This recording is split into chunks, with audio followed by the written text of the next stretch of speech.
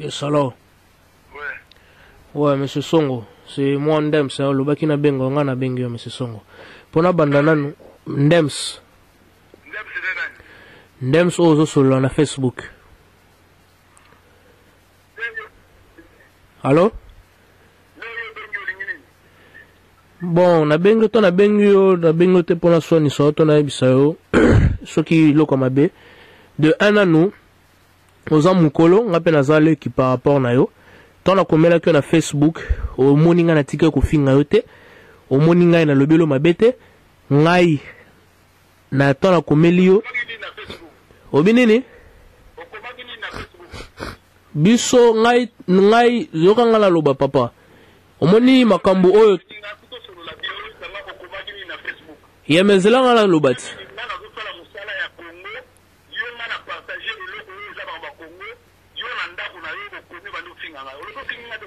Ngala finga ki oto na lobaki to boyi ba distraction. Distraction mutu alobi. Tangu mutu alobi ke to boyi distraction za ko finga yo te papa.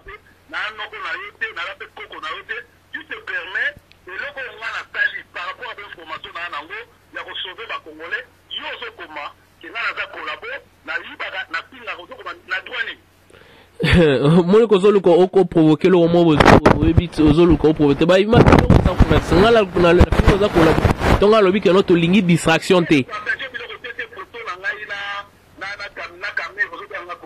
ngala che photo no la caméra ngala che photo no la kimbuta oh mais ozoluka pourquoi ozoluka o créer makamoro bo it doesn't make sense hein.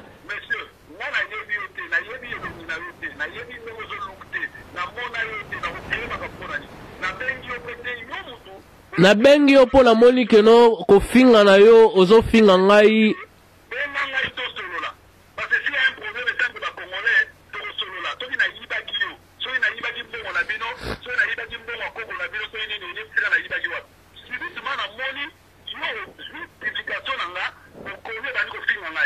mais c'est là là tout non likambo c'est là la cité papa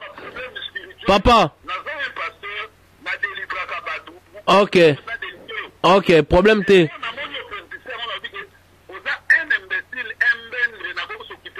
Ok problème T papa au fingai tu te dis un pasteur c'est vrai un pasteur tant ou muntu acheloko parce que toza na oba benga la démocratie tant o cheloko so bato ba critiquer ngo eza normal vous comprenez quand tu t'appelles pasteur pourquoi d'abord mais tu quand on a l'obati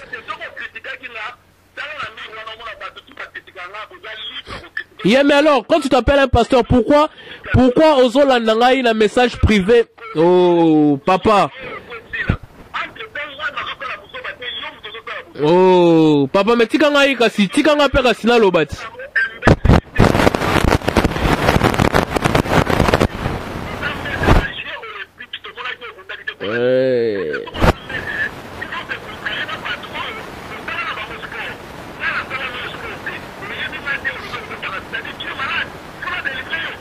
Ok, problème de mettre quand on s'y fait là le bâté.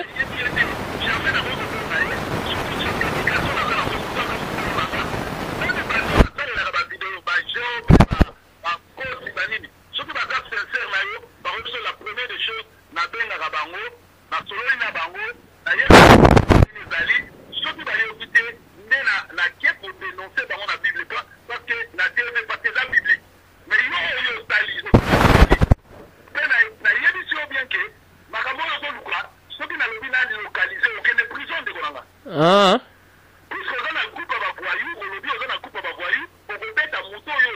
Ah. Mais attends un peu papa, Ozoloba mingi. Ok. Have you got evidence? Ozana evidence. Place nini ngana kobike na zana babanda bavoyu. Ba message na ngwana bimission na YouTube. Ba message na yo na bimission na YouTube papa, ozana evidence ata moko teke na lobi na zana banda bavoyu. Arrête de créer des histoires mon frère. Arrête de créer des histoires. Tu es un homme de Dieu. Il fallait pas au banda ko finga ngai. Si tu es un homme de Dieu, tu allais me dire que non. Hein? Mais vous êtes parmi, yo posa parmi ba faux homme de Dieu mon frère. Osa parmi ba faux homme de Dieu. Oh, un homme de Dieu qui insulte. Un homme de Dieu qui insulte. C'est ça? C'est ça l'imbécilité. C'est ça une qualification. Il y a eu autre que ne wapi. Non, mais c'est ça, un homme de Dieu. Batonzambe, exemple, c'est ça. Hein? C'est ça la fille opposée imbécile. Mais c'est triste, na bankosi, na batozo lo babozaka ndenge moko makambo aussi la ngana ebisio na kosuki sorti na suka. Je vous ai appelé parce que la ligne to bongisa toza na kimia mais ozo pesa moto papa. Tu me connais pas, makambo na yo buzoba na yo Didier forme ekosila. Peuple congolais bazo yo kayo buzoba na yo. Peuple congolais zo yo kaonde ozo finga buzoba na yo il faut sila.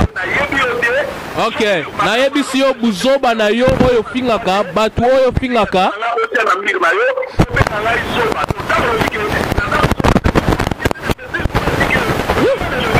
Un pasteur c'est un homme de Dieu qui cherche la paix. Un homme de Dieu il cherche la paix, il cherche pas le feu. You understand? Non, un homme de dans la Bible, non, tu connais pas bien la Bible mon frère, tu ne connais pas la Bible. Vous êtes en train de détruire la communauté. Vous êtes parmi bateaux, vous allez détruire la communauté.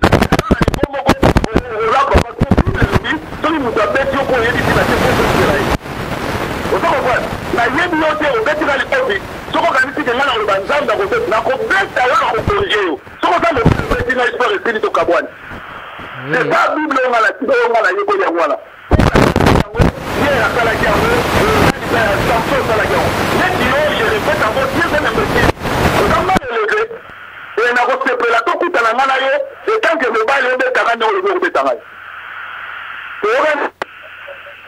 C'est marrant parce que le peuple congolais Bayoki Maramozoloba, je vais publier ça sur l'internet. Bayoka Buzoba, un homme de Dieu à Zoloba.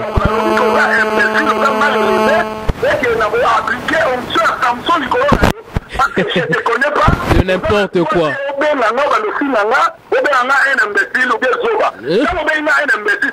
Mais c'est triste parce que tout. C'est triste ma vidéo, surtout la message on a tiré la tika au fin de la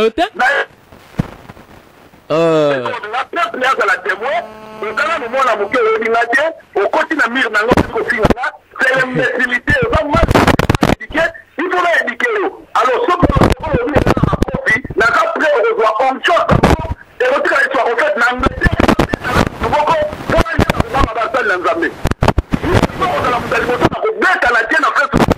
n'importe quoi. De n'importe quoi. Problème te yo ya kando kutana na parc comme ça ngalo to solo na parc. Luka kimia ndeko na ngai, Luka kimia na Nzambe, Luka kimia.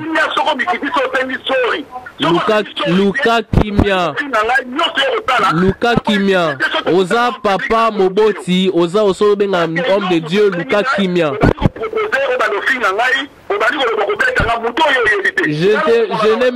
Je n'ai même pas dit tout ce que vous êtes en train de dire aux autres ça pour la ligne. Mais pourquoi tu refuses?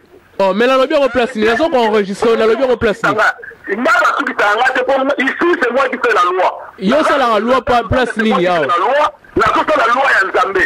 Mais loi na yo ezo sila avant fin janvier à loi na yo ezo sila. Eh, po bango lokola bango bakoki yo te ngai na kokoka yo, loi na yo ezo sila. Buzoba no faut sila. Voilà bandeko, papa oyo akati phone Kimi Moto, yazoloba c'est un homme de Dieu. Il est en train de dire que je lui ai insulté. Je ne sais pas où je l'ai insulté. Il n'y a même pas de vidéo place na fingie. Yem tabanay ko finga na PC conseil. Un homme de Dieu qui insulte. Vraiment, ce sont des choses que nous ne voulons pas. Yozo attaquer ba pasteur mususu, ozo attaquer ba combattant, ozo attaquer ba tout oyo makamboza bien dans la communauté mais mitala nanu. Mitala pesa mitala ofinga baninga oleko oloba mabe mitala nanu. Hein? Makambo oto lingi te na kukati ya communauté yango. Tu t'appelles un homme de Dieu, yo beta bato fimbu soki nani ozoloba keno nana lukana bundisa. Moi je n'ai même pas dit place ni na ko bundisa yo na bengi po na tuna yo to boma moto to lukato solola et tant que humain. Mais la façon dont il parle, je sais pas bandeko boyoki, je n'ai pas insulté ce monsieur. Na la kisi ba message to atindi na tikal ko finga été. un message na peuple congolais au bazali ko soutenir monsieur Didier Songo. Il faut tous aller un peu raisonner un peu pays na biso mboka na biso situation ezali nango. Ce que vous allez ko attaquer so lingo ko pesa ba tout conseil. On ne refuse pas. Na kati sa communauté na biso ba pasteur bazali ko lia mbongo ya batu bazali ko sala boy bazali. Mais faut que ça na manière na façon ya kotea ya ko pesa matea. Matea nous allons insulter, mais je comprends pas pourquoi le peuple congolais faut te soutenir ma bêtise ya boy. 2015 euro, il faut ma kambu euro et si là. Ceux qui ba pasteur mususu ba koka qui me se sont goté biso ngai na kokokae et puis tokolonga yo tuna suka mais ce songo ba bêtise na yo il faut si là parce que je vois pas, je suis très sage, je suis très intelligent que vous. La tika ko finga yote, la tika ko loba mabe na yote. Ma message na yo na tindi yango na tika ko azoluka raison morobo mais pardonnez-moi, il se dit qu'il est homme de Dieu. Un homme de Dieu, il va commencer d'abord à chercher la paix. Un homme, parce qu'on est dans la démocratie. Dans la démocratie, on critique tout le monde. Moi, sur son mur, j'ai écrit à M. Songo que ma distraction est autolingue en sous-souté parce que pays, moka, ezana kati ya bitumba. Toso bunana nous, bayeli biso distraction que il faut to banda ko voter awa. Il faut to luka to telemelango. M. Songo zo c'est la distraction. Bayeli biso gouvernement sika, tozo luka to telemelango, il y a la distraction. Si tu as un problème avec quelconque, tu as un problème tout bas combattant. On ne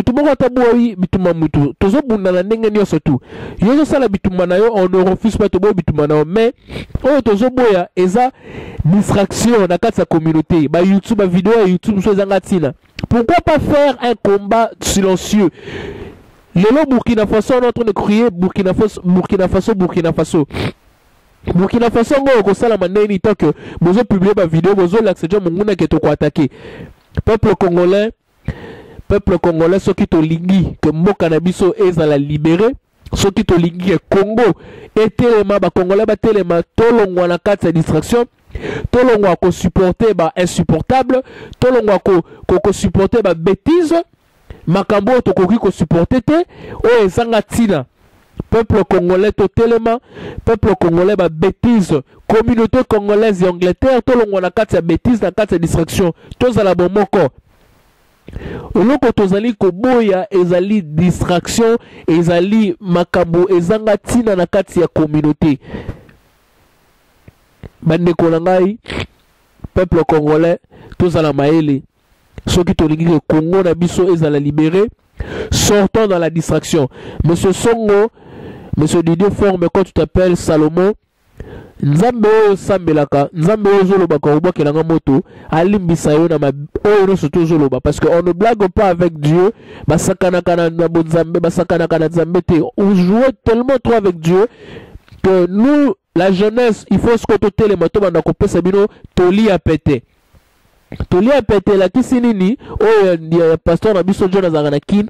Totika distraction tote ya bandeko libération ya Congo soki moninga ozana problème personnel na pasteur Nkosi ozali na problème personnel na Baina ozali na problème personnel na Kingani luka bango personnellement selon bango personnellement totika distraction sur YouTube pour ezoko amener biso nulle part. Je n'ai pas peur de vous. Nako soki kolingi na lukayo soki yo mtoloza mtamaka so robeta ngai na bimisi ata momo te que non na beta ba tout mettre to neni na soki na maître Nems je suis bien éduqué na bunda ba compétition ya minene koleka kuto na ba maître zo tangela ngai wala je n'ai pas le temps de venir me battre avec vous parce que vous n'êtes pas de mon niveau. Vous avez un niveau dans l'IT, monsieur Songo. Vous avez un niveau dans l'IT, mais vous n'êtes pas de mon niveau. Étant de mon niveau, je n'ai pas le temps de me discuter avec vous. Okosuka okomi okiti déjà kutu na niveau ya C obandaki na ba pasteur okiti na mutu okokita na été. Vos bêtises doivent arrêter. Vos bêtises il faut ici là. Bêtises la mino il faut ici là. Ba bêtises la mino il faut ici là. Merci.